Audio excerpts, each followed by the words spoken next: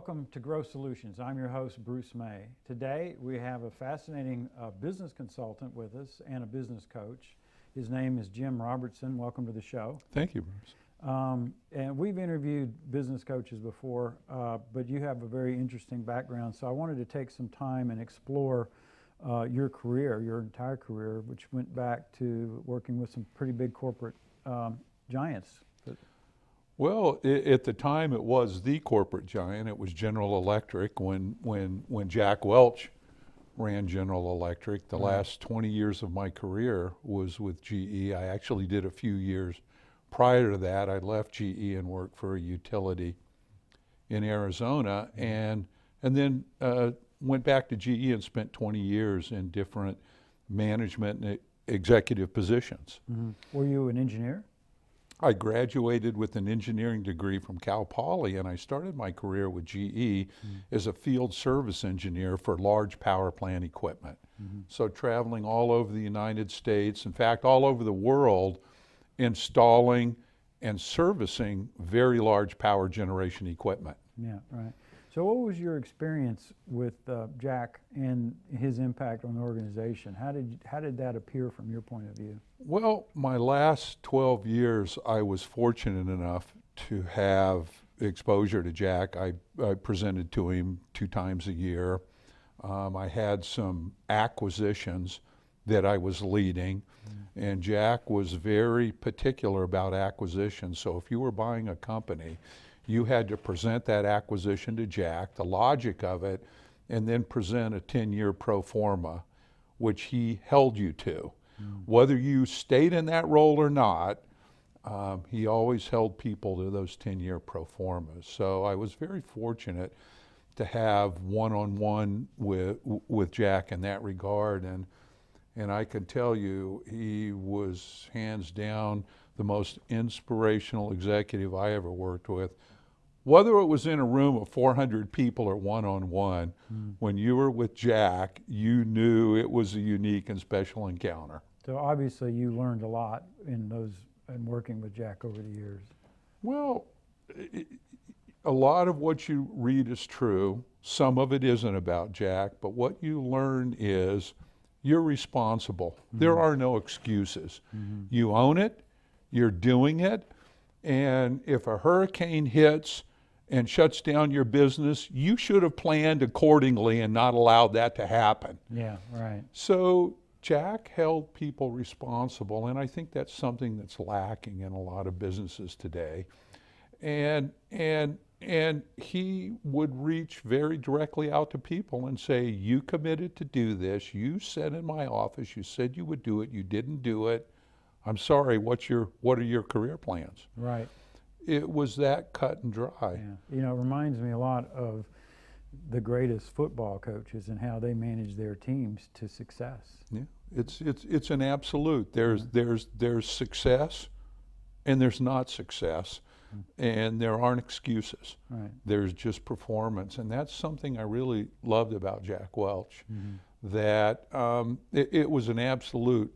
When you were part of GE under Jack Welch, you were part of the best corporation in the world. Yeah. You were one of many highly motivated, highly experienced people. There was a huge line at the door waiting to get in. And to me, that was very inspirational. Now, I've heard a lot of people say, oh my goodness, that's very Darwinian. Well, yes, it was. But on the other hand, it was very energizing too. Yeah. Well, but people that are really competent and understand that fundamental lesson, you got to keep what works and change the rest. You constantly have to adapt and change. They thrive in that environment. You wouldn't want to be in any other environment. That is absolutely true, and one of the reasons I left GE, Jack Welch retired. His replacement started changing that culture and changing it radically. And I looked around and said, I don't fit this culture. I don't fit a culture that performance is an absolute, and many people left at that time. And it's very unfortunate what's happened to GE and the trouble they're in, but quite frankly, I think it's because they lost that energy, that Jack Welch drive, that demand for performance with no excuses. Right. So yeah, the change in values completely altered the company, and not for the better. I absolutely agree. That's fascinating. Well, let's talk a little bit about how you ended up doing what you're doing today. Did you literally, what motivated you to become a consultant and a coach in the business world? Well, I've been very fortunate in GE to start a couple amazing businesses. One, I helped start the operation and maintenance business, where GE not only manufactured equipment and built power plants, but we operated those plants on behalf of the owners. So I mentioned I worked for a utility. GE decided to get into that. They didn't know how to operate the plants. They said, hey, Jim Robertson's been over there working for a utility for 7 years, and they asked me to come back, and it was a terrific move. And we started that business. Then I started another business in GE called the long-term service agreement business, where it's very similar to when you buy a washer or dryer. They go, gee, Bruce, would you like to buy the service plan for $40 a year? Well, we did that, except it was in increments of millions of dollars for your power plant equipment. I started that business. So when I decided to leave GE, I realized there were many, many, many customers out there with operation and maintenance agreements, with long-term service agreements, that had nobody who was really deep in knowledge of those agreements on their side. So I went to many of those utilities and said, hey, you're up for renewal. Would you like help renegotiating that? Would you like help optimizing your power plant? So it was actually pretty easy to get into the consulting business. I had many contacts, terrific contacts, and a lot of them have had long-term service agreements for years and were ready to renegotiate them, get out of them, do something different. Yeah, with so them. that's not unusual. A lot of senior corporate people can segue quite easily into a consulting role. In some cases with just a handful of clients, and just kind of take it easy until they retire. Absolutely. That part I get. But you took it a step further and started a business where you're actually consulting and coaching, and what was behind that move? Well, it's interesting, Bruce. I had a colleague I worked with in GE that lives over in Kingwood and had a business manufacturing and selling turbine parts. He found out I had moved back to Texas and called me one day and asked me to come by and spend the day with him.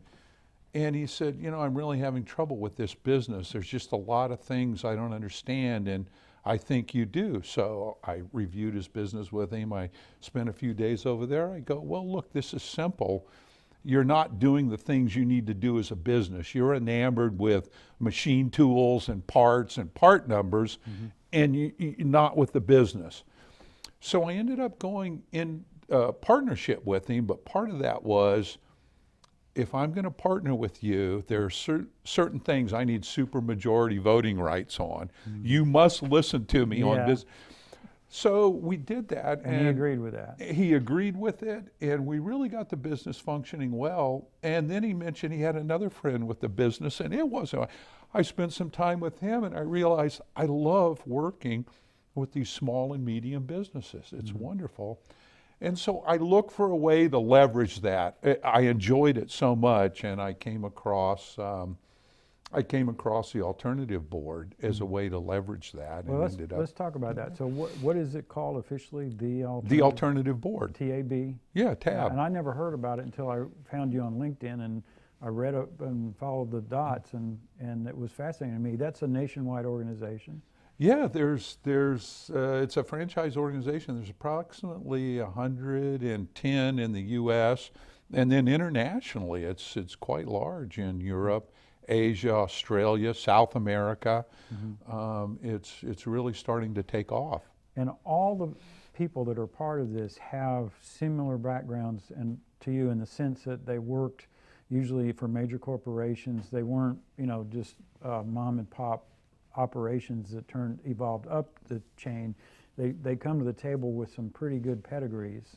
They do. In fact, I heard a statistics once. I don't know if it's correct or not, but about half the people that apply for a TAB franchise are not selected to do that. There's a very rigorous screening process to ensure that the person will be not only competent at doing that, but will be successful at doing it. Right.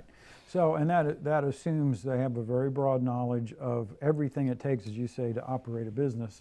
Yes. You know, beyond, you know, the nuts and bolts of whatever the business is in, but understanding very broadly what is it, how do you run a business in every aspect, operations, marketing, sales, everything, which is what you brought to the table with these first clients that you had, you filling in the gaps and the blind spots for them. Yes, absolutely. It's having a very broad business background and being able to apply that in a coaching environment and then in a board environment with our TAB members. Yeah, so the board environment, we're going to have to take a quick break here. When we come back, I want to pick up right there and explore how that works and how clients that you get involved with, how that plays out with them. That sounds So good. stay tuned. We'll be right back after these messages.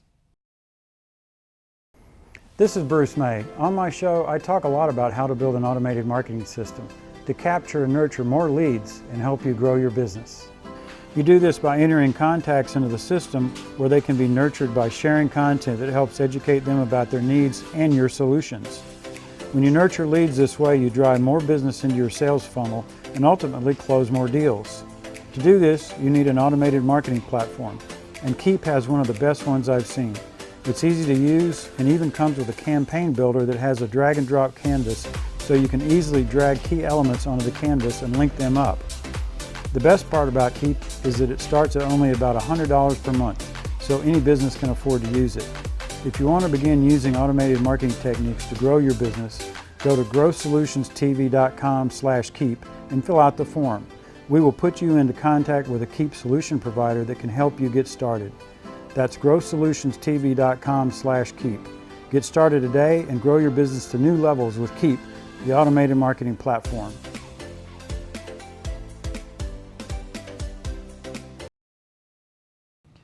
Welcome back. We're here talking with Jim Robertson, who's part of the TAB organization, which is a fairly sophisticated coaching and business coaching and business training, kind of everything rolled together.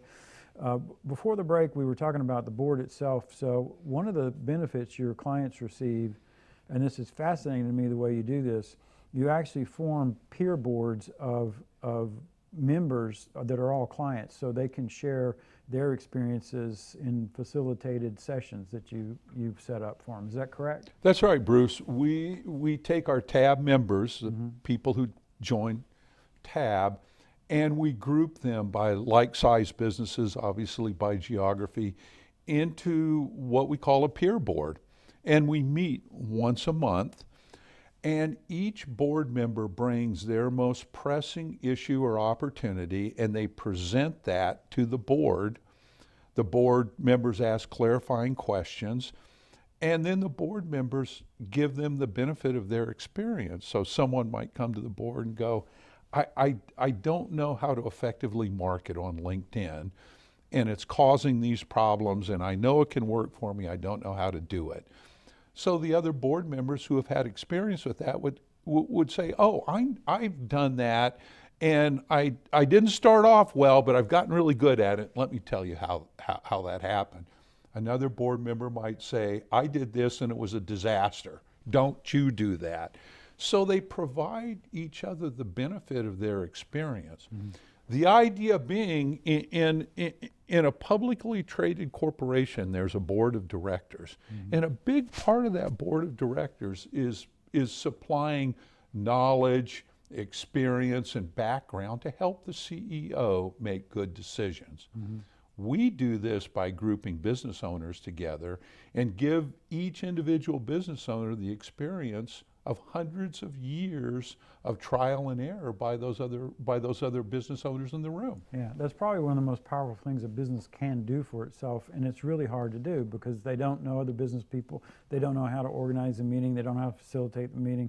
So I can see how powerful that would be, and you just made the perfect analogy to major corporations. That's what a board does. Yes. And it's one of the things that I find really lacking in small and medium businesses. Mm-hmm. Owners of those businesses tend to be very isolated. Where do they get good advice? How do they know how to navigate all of the difficulties they all face every day? Mm-hmm. They don't have that board. They have their neighbors, they have a spouse, they have friends, but other business owners of like-sized businesses, that's a wealth of information. Because when you think about it, really, all businesses face the same type of issues: marketing, selling, financing growth, effective hiring, HR policies, safety policies. Most of the base issues are identical, even though the businesses are very, very different. Yeah, so it makes a lot of sense, and it's a really smart approach. Which leads me to the next question, which is going to open up 1,000 rabbit trails, so we can go wherever you want on this one. Good. Those fundamental questions that every business must answer all come back to something we were talking about before we started filming today, which I think is the key question. And I like the way you say it. You tell somebody, whether they're a plumbing business or electrical business, whatever they're in, and you ask them, is that the business you're in? And they say yes, and you say, no, that's not the business you're in. And we were chatting about this, and ultimately it comes down to, creating the best possible customer experience from beginning to end, and doing the things that you really don't interest you as being an expert in whatever your business is. It's in the business side of the business, right? Absolutely. And ultimately the biggest umbrella for this is just, what is your strategy for addressing all these issues? Absolutely. You're right. I love starting a conversation off with a new client. What business are you in? And invariably they say, oh, I manufacture instruments. I run a plumbing business. I own an ad agency. And I always say, no, that's not. Your number one business is effective marketing, and your number two is effective selling. And if you're better than the competition at those, then you get to do the fun stuff. Yeah. You get to do plumbing, you get to do marketing, but only if you're good at those. And then on the long-term basis, it's exactly what you say. It's customer experience. Are those customers coming back? Do you understand the experience? If you're running a restaurant, you're not in the food business. You're in the business of providing a wonderful experience for someone, of which the food is an important part of it. It's going to the movie. You want a wonderful experience.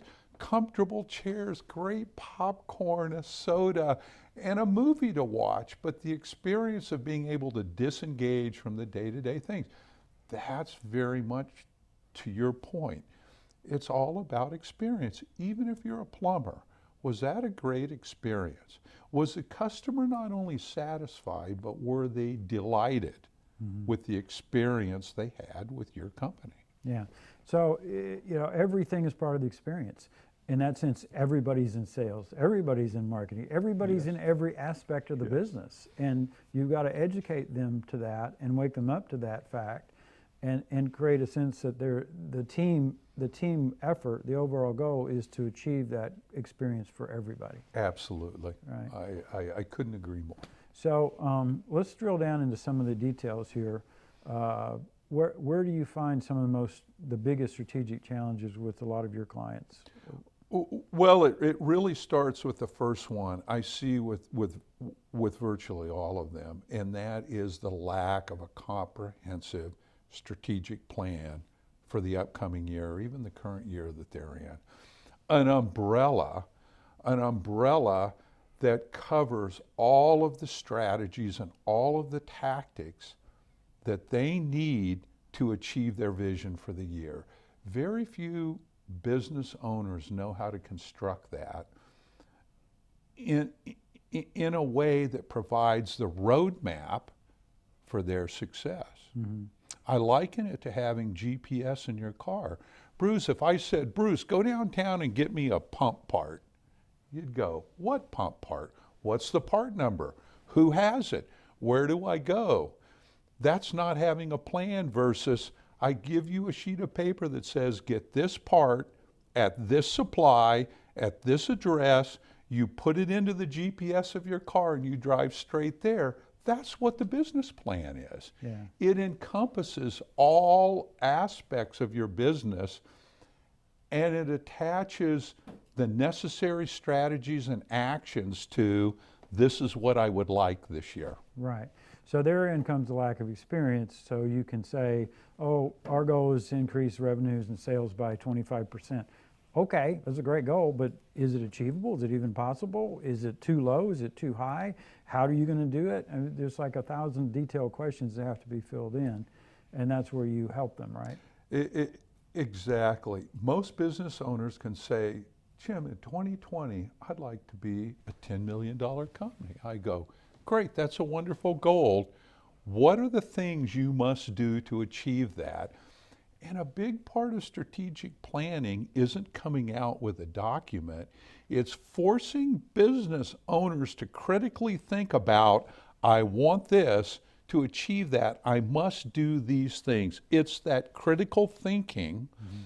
And more often than not, that process itself modifies the endpoint. So it involves them in every little aspect of what defines success in the upcoming year. And then your TAB board, your peer board meetings that you set up through TAB, give them the opportunity to get feedback from similar sized businesses in their area on all of these issues. So obviously you've got a lot of experience there. People have dabbled in various types of advertising, so they can share what worked and what didn't work, and so on, right? Absolutely. So we go through a planning cycle which started this month. And then in February, everyone on my TAB boards will present a draft of their 2020 plan. They have to present that to the board for debate and discussion. And those are amazing discussions. People go, I think you're too timid, raise your number. Yeah. Hey, what do you mean you can't grow 100%? What about this? How are you going to? So they present that for debate and discussion at the November board, and then in the December board, they come with their plan locked down. And they only discuss the changes from November to December. Then leaving the December board, we're off and running in 2020. And the action items within that plan that are due in January, well, those are their commitments to the board leaving the December meeting. So everybody uses the same plan. Everybody gets the benefit of the other board members' discussion, experience, and debate around each strategy and all the tactics needed to achieve that strategy. So when they leave that meeting, they have some sense that there was consensus about where they were spot on, where they need to make some adjustments, so they can walk out with some confidence that they've got a plan that'll work. Absolutely. And by and large, leaving the November board meeting, most owners will go back and modify their plan based on that debate and discussion. Again, you have 6 to 8 people in that room who are all going through the same planning process, who have been through it multiple times and know pitfalls involved in it, and really have developed a good sense of, well, what's practical in terms of growth? Can this company really grow 100%? Can you finance the receivables? Can you hire enough people? Can you really do that? Versus, well, wait a second, let's talk about what you want versus what the market will allow. Yeah, that makes a lot of sense. Well, I want to ask you very briefly, and then I also want to invite you back because there's so much more we want to talk about. Tell me what you think about and how do you evaluate a client in terms of whether you can even work with them? In other words, how do you, they need to be coachable to a certain extent. How do you make that evaluation, and how often do you have to say, no, I don't think I can help you because you're not going to listen, essentially? Is that a challenge for you personally? It is a challenge because I tend, sometimes maybe a little unfairly, I tend to categorize business owners. Is this person coachable? And will they accept that coaching? So people come to me and go, people get a hold of me invariably because something isn't working in their business. The only question is, are they ready and willing to open up to the other board members, to the coaching, and accept that critical feedback, maybe things they don't want to hear, and make those changes. So people tend to come in and say, I need help and I'm willing to do what's necessary to turn this around. And that's somebody I welcome in and say, welcome. There's another class of business owners that go, I need help, but I'm probably the smartest guy in the world, so tell me what you know, Jim, but probably I'm probably not going to listen to you because I know better. No, you're just not going to get there with them. Yeah. And there's another group of owners that tend to come in and say, well, I've got a lot of problems. Will you and the board fix me? Yeah. do these things for me, yeah. fix me? Right. Well, we can't do that. Yeah. Running a business and fixing a business is darn hard work. Mm-hmm. If you're open to the feedback, the board and the coaching can show you the way and can guide you, but we can't do the work for you. Yeah, I know one business owner who hired a president, and they came in once a year and said, okay, show me how you increase our business by 20% this year.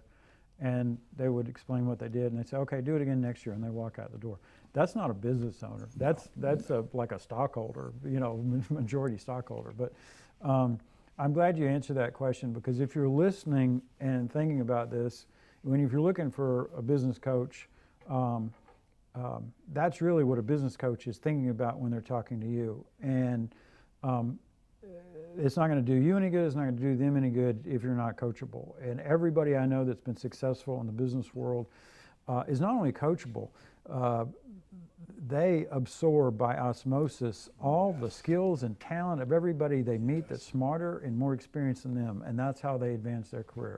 Absolutely. The most successful owners I encounter are just sponges. Yeah. They just soak things up. They're always asking questions. They're always listening. They're always open to different ideas. They will sit quietly while critical feedback is being given to them, whether they like it or not, whether they agree with it or not. They absorb it and they process it and they use it accordingly. Yeah. I want to thank you for being with us today. We're going to have to wrap this up, but it's been fascinating. Pleasure. And please come back.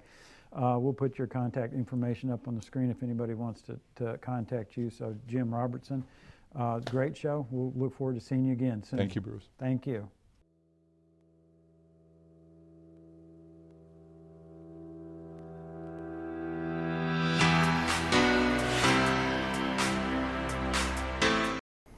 This is Bruce May. On my show, I talk a lot about how to build an automated marketing system to capture and nurture more leads and help you grow your business. You do this by entering contacts into the system where they can be nurtured by sharing content that helps educate them about their needs and your solutions. When you nurture leads this way, you drive more business into your sales funnel and ultimately close more deals. To do this, you need an automated marketing platform, and Keep has one of the best ones I've seen. It's easy to use and even comes with a campaign builder that has a drag and drop canvas so you can easily drag key elements onto the canvas and link them up. The best part about Keep is that it starts at only about $100 per month, so any business can afford to use it. If you want to begin using automated marketing techniques to grow your business, go to growsolutionstv.com/keep and fill out the form. We will put you into contact with a Keep solution provider that can help you get started. That's growsolutionstv.com/keep. Get started today and grow your business to new levels with Keep, the automated marketing platform.